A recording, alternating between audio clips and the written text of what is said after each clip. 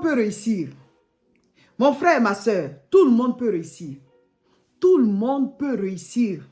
Arrêtez de regarder certaines personnes comme si elles étaient les enfants préférés de Dieu.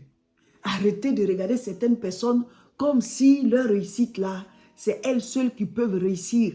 Arrêtez d'envier les autres. Arrêtez de vouloir avoir leur vie. Arrêtez de vouloir même les jalouser, leur créer des problèmes, les critiquer. Oubliez votre propre vie pour être concentré sur eux. Arrêtez. Tout le monde peut réussir. Écoute-moi, tout le monde peut réussir. Pas par concurrence, pas par compétition, mais parce que Dieu a créé chacun de nous avec son étoile. Dieu t'a envoyé sur terre, tu es né pour briller. Tous les hommes qu'il a créés là, il dit dominer la terre. Mais seulement, on ne domine pas dans le même domaine. On ne domine pas dans la même discipline.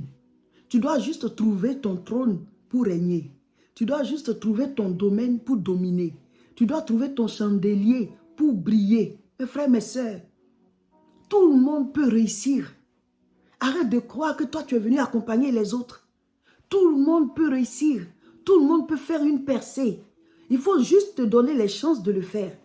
Il faut juste te donner les chances de réussir. Il faut juste te donner les chances, mon frère, ma soeur, de réussir et de faire ta percée. Tout le monde peut réussir. Arrête d'envier la vie des gens. Arrête de vouloir être comme eux. On peut prendre l'exemple sur quelqu'un. On peut copier ce qui est bien. Ça, c'est bon parce que c'est un exemple. Mais souvent, vous vous oubliez. Vous avez juste envie d'être la personne. Mais Dieu t'a créé toi-même. Tel que tu es. Il t'a pensé, il t'a créé.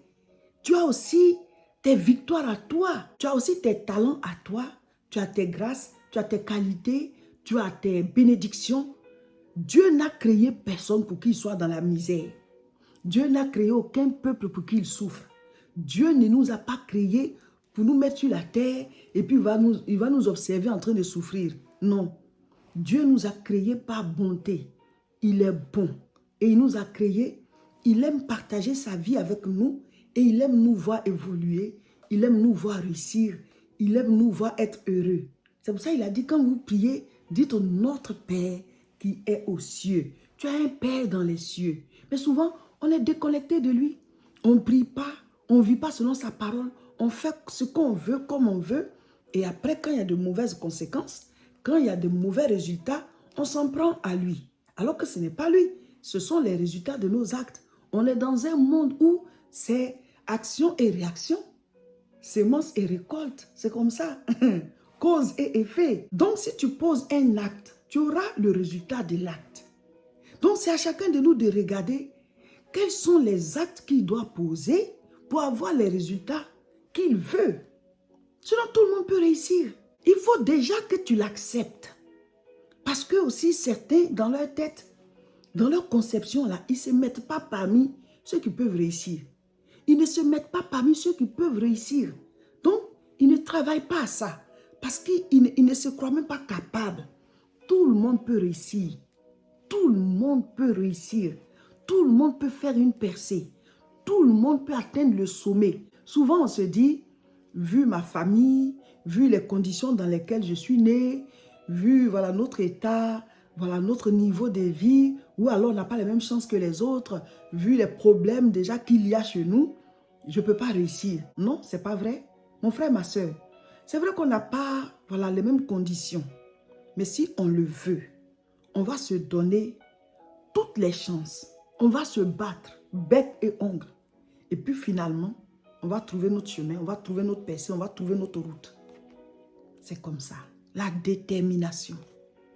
Parce que Dieu, il aime ça. Quand tu te lèves, Dieu, il est prêt à t'accompagner. Mais souvent, nous-mêmes là, on est déjà, on se dit, on s'est disqualifié quoi. On s'est disqualifié. Dieu n'a pas d'enfant préféré. Quel que soit là où tu vis, quel que soit là où tu es, mon frère, ma soeur, dans tous les pays, il y a les pauvres, il y a les riches. Dans tous les pays, il y a ceux-là qui se lèvent et qui travaillent, et puis il y a ceux qui sont là et qui croient que je ne peux pas réussir. Non, ce n'est pas vrai. Mon frère, ma soeur, c'est vrai qu'on n'a pas voilà, les mêmes conditions. Mais si on le veut, on va se donner toutes les chances. On va se battre, bec et ongle. Et puis finalement, on va trouver notre chemin, on va trouver notre percée, on va trouver notre route. C'est comme ça. La détermination. Parce que Dieu, il aime ça. Quand tu te lèves, Dieu, il est prêt à t'accompagner. Mais souvent, nous-mêmes là, on se dit, on s'est disqualifié quoi. On s'est disqualifié. Dieu n'a pas d'enfant préféré. Quel que soit là où tu vis, quel que soit là où tu es, mon frère, ma soeur, dans tous les pays, il y a les pauvres, il y a les riches. Dans tous les pays, il y a ceux-là qui se lèvent et qui travaillent, et puis il y a ceux qui sont là et qui croient que, voilà, on ne peut pas réussir. Et même si le coin est reculé, ou alors, bon, peut-être qu'ils n'ont pas les mêmes conditions que d'autres pays ou bien d'autres villes, mais tu vas y trouver des riches et des pauvres. Là où on dit qu'on ne réussit pas, là, tu vas trouver des gens qui ont réussi. Donc ça veut dire que c'est juste que tu n'as pas trouvé, ou bien tu n'as pas fait ce qu'il faut. Mais sinon, quel que soit là où tu vis, quel que soit qui tu es, tu peux réussir. Tu peux réussir. J'espère que cette vidéo-là, en tout cas, ça va vous réveiller. Parce que Dieu, il n'a pas d'enfant préféré. Dieu ne fait pas de favoritisme. Il ne rejette personne. Ce sont des lois et des principes qui régissent le monde. Il faut les comprendre. Ça dit que des lois simples. Il faut que tu sèmes pour que tu récoltes. C'est une loi. Tout ce que nous avons là, c'est le résultat de quelque chose. C'est le résultat de quelque chose. Donc, tu dois s'aimer afin de récolter. Il dit, je bénirai ton menu bétail et ton gros bétail. Ça dit que c'est ce que tu fais là. C'est ça que Dieu va bénir. Tout ce que nous avons, tout ce que nous sommes, c'est le résultat de quelque chose. Ce que tu as aujourd'hui est le résultat des actes que tu as posés hier. Ce que tu seras demain, c'est le résultat des actes que tu poses aujourd'hui. Donc, aujourd'hui, tu peux être pauvre. Aujourd'hui, tu peux ne rien avoir. Mais il faut que tu aies l'espoir que demain, ça va aller. Donc, tu commences à mettre en terre les graines des arbres qui vont te donner tes fruits demain. Aujourd'hui, ça ne va pas. Mais si tu n'as même pas l'espoir, tu n'as même pas l'espoir que ça ira demain, mais c'est grave. Donc, tu dois te lever pour créer ton avenir. Tu dois te lever pour créer la vie que tu veux avoir demain. Sinon, tout le monde peut réussir. Mais comme tu ne sèmes pas, comment est-ce que tu vas récolter?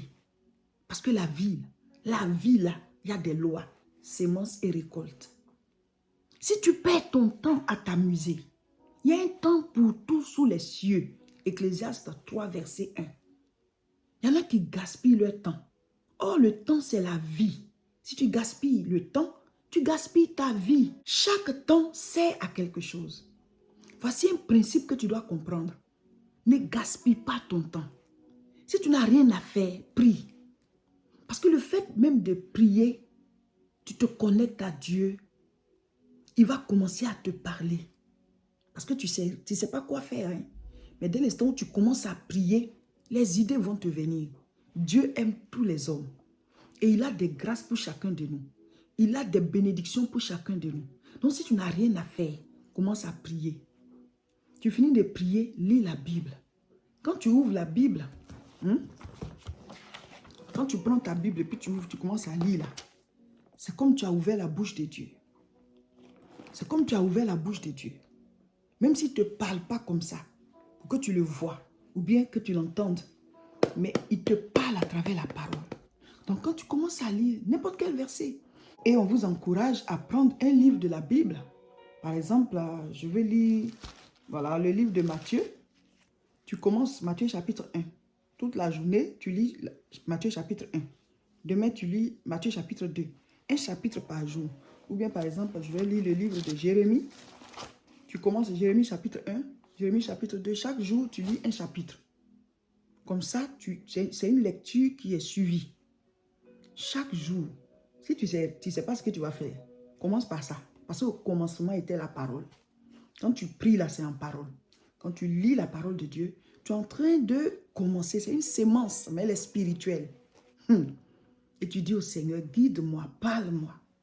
Je veux agir. Je sais que je dois réussir, mais je ne sais pas dans quel domaine. Peut-être même que le domaine, il est là, mais mes yeux sont fermés.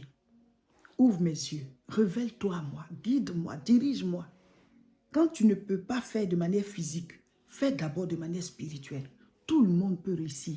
Mes frères, tout le monde peut réussir. Dieu veut que tout le monde réussisse.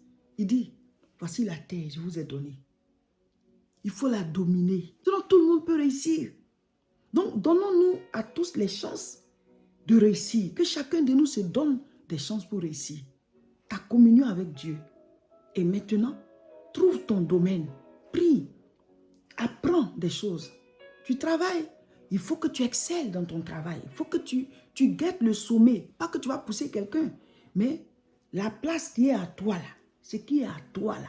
Un homme ne peut recevoir que ce que le ciel lui a donné. Que Dieu te donne ta place. Que Dieu te donne ta prééminence. Que Dieu te donne le niveau que tu dois atteindre. Donc tu pries et tu travailles. Tu pries et tu agis. Tu pries et tu fonces. Seigneur, ce qui est à moi sur cette terre. Ce qui est à moi sur cette terre. Ce que tu as réservé. Mon niveau de gloire. Ma percée. Le domaine où je dois réussir. Guide-moi. Et toi-même tu te lèves, tu poses des actes. On ne s'assoit pas juste pour que les résultats arrivent. Tu dois travailler. Arrêtons d'être paresseux. Arrêtons de procrastiner. On gaspille le temps. On remet à demain. On est négligent. On est paresseux. Tu commences, tu laisses. Tu commences, tu laisses. Il faut être persévérant, même si c'est difficile. Qui t'a dit que ceux qui ont réussi là, ils ont réussi facilement? Qui t'a dit ça? C'est difficile et puis on continue. Si tu es sûr que c'est ce que tu dois faire, la persévérance. Sois endurant. Sois déterminé jusqu'à ce que tu aies le résultat. Trouve ton domaine. Travaille. Et chaque jour, organise-toi. Ça ne va pas. Ça n'a pas marché. Tu n'as pas compris. Ok, on redéfinit et on fonce encore. C'est comme ça. Sinon, tout le monde peut réussir. Arrête de regarder d'autres comme si ils sont particuliers, de les envier ou bien même de les jalouser. Jean chapitre 3 à partir du verset 25. Or, il s'éleva de la part des disciples de Jean une dispute avec un juif touchant la purification. Il vint trouver Jean et lui dire, « Rabbi, celui qui était avec toi au-delà du Jourdain et à qui tu as rendu témoignage, voici, il baptise et tous vont à lui. » Donc, les disciples de Jean viennent dire à Jean que Jésus, en fait, Jésus, parce que Jean a rendu témoignage que voici l'agneau de Dieu qui ôte le péché du monde. Et donc, les disciples de Jean voient que Jésus aussi est en train de baptiser. En fait, Jésus ne baptisait pas, il était là et ses disciples baptisaient. Mais c'était en son nom. Et donc, eux, ils viennent dire à leur maître, rabbi, leur rabbi qui était Jean, que le gars que tu as dit qu'il est l'agneau de Dieu, là, il est en train de le baptiser aussi. Parce que c'est Jean qui a commencé le baptême. Mais en fait, il le faisait pour préparer Christ, l'avènement de Christ. Parce qu'il dit que je suis la voix qui crie dans le désert, aplanissez les sentiers du Seigneur. Il dit, je suis venu avant lui, mais il est avant moi. Donc, il parlait de Jésus. Et donc, ils sont venus lui dire que Jésus aussi est en train de baptiser et tout le monde va vers lui. Maintenant, écoutez la réponse de Jean. Jean chapitre 3, verset 27. On dit, Jean répondit, un homme ne peut recevoir que ce qui lui a été donné du ciel. Mon frère, ma soeur, cette phrase-là de Jean, là, c'est une révélation, en fait, qui délivre. Cette parole de Jean, un homme ne peut recevoir que ce qui lui a été donné du ciel. Si tu médites dessus, c'est-à-dire que si tu réfléchis sur cette parole, ça va te donner la paix du cœur par rapport à ceux qui réussissent. Parce que certains ne supportent pas la réussite des autres. Ou alors, chaque fois que quelqu'un réussit, en même temps, ils se sentent en retard. Ça crée un trouble, un stress. Non, soyez serein dans votre vie. C'est-à-dire, faites votre part. Ce que vous devez faire vous-même là, pour avancer là, il faut le faire. Et pendant ce temps, enjoy your life. Pendant ce temps, il faut apprécier ta vie. Parce que quand on le dit en anglais, ça sonne mieux. Enjoy your life. Il faut juste apprécier ta vie. Sois heureux parce que déjà tu es en vie. Mais chaque jour, pose des actes pour améliorer cette vie-là, pour avoir mieux que ce que tu as. Pas parce que tu es en compétition avec quelqu'un, mais parce qu'on doit aller de gloire en gloire. Donc, si chaque jour tu te dis, devant les réussites des autres, un homme ne peut recevoir que ce qui lui a été donné du ciel. S'il a réussi, c'est parce que Dieu l'a béni. Point. Il s'est battu, il a travaillé Mais Dieu lui a accordé ça, c'est pour ça qu'il a pu avoir. Si Dieu ne t'a pas accordé quelque chose, tu vas te battre, tu ne vas pas avoir. Parce que c'est ce que le ciel t'accorde là, que tu peux recevoir. Mais malheureusement, certains aussi, le ciel leur a accordé. Mais comme ils ne se battent pas, ils ne se lèvent pas, donc ils ne reçoivent jamais, alors que le ciel avait donné. Donc celui qui a réussi, c'est parce que le ciel lui a donné, mais lui, il s'est battu pour prendre ce que le ciel lui a donné. Donc ça, c'est son mérite. Il s'est levé pour travailler. Mais c'est ce que le ciel lui a donné. Donc toi, il y a aussi ce que le ciel t'a donné. Il y a aussi ce que le Seigneur t'a réservé. Toi, tu dois aussi te lever pour recevoir ce que le ciel t'a donné. Pose des actes, travaille, bouge pour que tes portes s'ouvrent. Tu pries, tu agis, tu pries, tu agis. Et tu vas voir, tu vas aussi atteindre ton sommet. Même en entendant d'atteindre le sommet, au fur et à mesure, ta vie s'améliore. Tes conditions de vie, là, ça s'améliore. Tout s'améliore. Tu sens beaucoup plus, voilà, une vie beaucoup plus simple. Les luttes diminuent. Pourquoi? Parce que tu te lèves et tu te bats. Tout le monde peut réussir. Dis-le avec moi. Tout le monde peut réussir. Alléluia. Soyez bénis. Abonnez-vous à nos différentes chaînes pour avoir toutes ces vidéos d'enseignement. Sur TikTok, c'est @Madame Seka. Sur YouTube, c'est La Moisson TV. Sur Facebook, c'est Réseau International Richesse. Et sur Facebook encore, c'est Révérend Roger Seka. Nous sommes l'église La Moisson de France. Nous prions à Tourcoing. C'est tous les dimanches à 10 h. Voici l'adresse. 48 rue Saint-Omer, 59 200 Tourcoing. Et une fois par mois, nous faisons des croisades à Alfortville. Voici l'adresse, 71 rue Étienne Dolé, 94 140 Alfortville.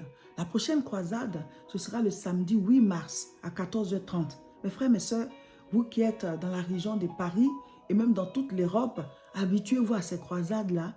Venez prier, vous apprenez à prier, à combattre.